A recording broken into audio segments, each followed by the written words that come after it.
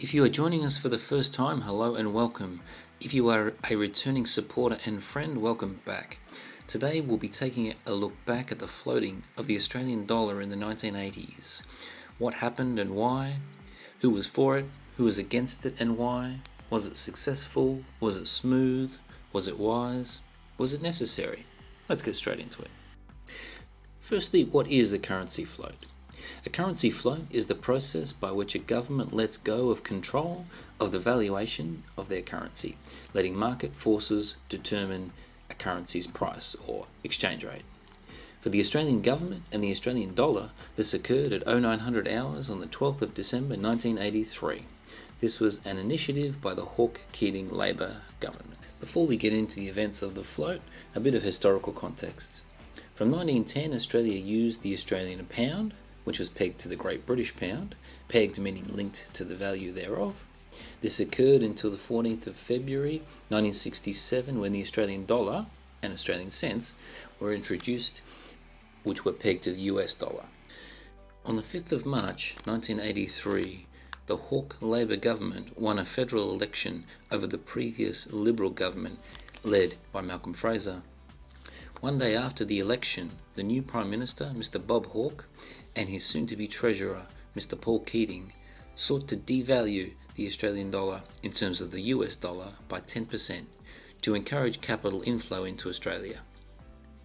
Ironically, this was something they would not be able to do as easily if the dollar was floated. Most of the regulators and senior public sector administrators within the government at the time, including the Reserve Bank of Australia and the Treasury, were in favour of the scheme to float the dollar. However, there were many political opponents on both sides of the aisle. The concern was that the floated dollar meant no government control in a time of crisis. Such a crisis was in the recent memory of many throughout the developed world. OPEC was, depending on who you ask, the cause of or solution to many oil crises throughout the 1970s and 1980s, affecting not only oil prices but financial markets, financial institutions, and international trade. Supporters of the float included the newly appointed Governor of the Reserve Bank, Mr. Bob Johnson, who openly and publicly encouraged Hawke and Keating to move to a floating exchange rate quickly. The float was also supported by Mr. John Howard, who was the Shadow Treasurer at the time and would later go on to be Australia's second longest serving Prime Minister. There was opponents to the float, including Secretary to the Treasury Mr. John Stone, who believed that once the currency was floated, the dollar might appreciate significantly in value, which would reduce Australia's exports and stall, or at least slow, the economic recovery which had been in progress since 1978. The Liberal leader of the opposition, Mr. Andrew Peacock, the National Party, and some of Keating's Labor colleagues all opposed the float for various reasons. Former Prime Minister Malcolm Fraser was also opposed to the float, maintaining such a position from when he was in charge the previous year. In the early hours of Friday, the 9th of December 1983, Keating called Johnston and asked him for discussions to take place in Canberra that day. Meetings were held with Hawke, as well as other officials from the Treasury and the Department of Prime Minister and Cabinet. By lunchtime, the decision was made to float the Australian dollar. This was to occur when foreign currency exchange markets opened on the Monday morning. 83 years a nation, and yet not one day had our currency stood on its own 2 feet. It was time.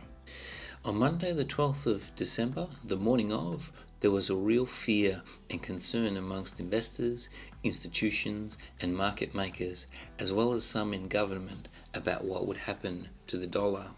Once markets opened at roughly 92 US cents, a modest 2% appreciation on previous valuations, the rate rose quietly and somewhat anticlimactically for a few weeks, and then slowly dropped over the next 2 years until it stabilized around 77 US cents, where it roughly stayed for the next decade.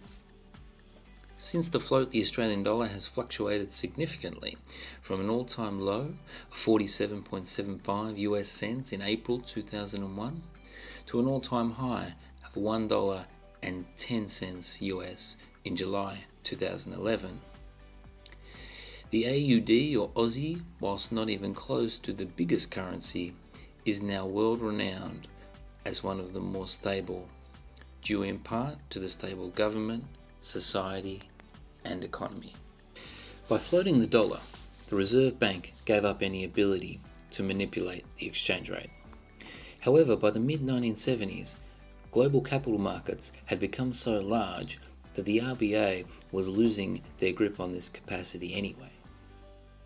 The official line was that the RBA was not able to set or manipulate the value of the dollar, hence they would naturally be removed of such a responsibility. The RBA could then focus on keeping inflation within a policy range, which would later become their central policy objective. Now, I don't buy this, of course. All of government needed to move with the times. The world was becoming less regulated, more integrated, and Australia needed and wanted to be seen as a player on the world stage. The floating dollar connected Australian markets with the world. This increased confidence and accessibility to the Australian financial system and the wider economy.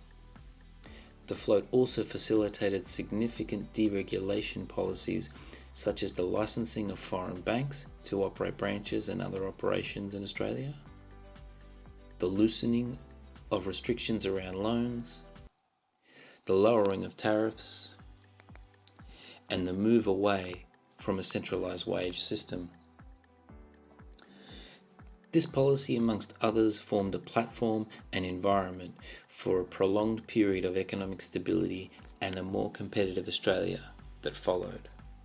The float should go down in history as a difficult but necessary decision by a competent government, and 37 years on, Australia hasn't looked back. This has been Unboxing Economics. Please like and subscribe, and most importantly, remember, history is more than just a bunch of stuff that happened. Thank you for watching.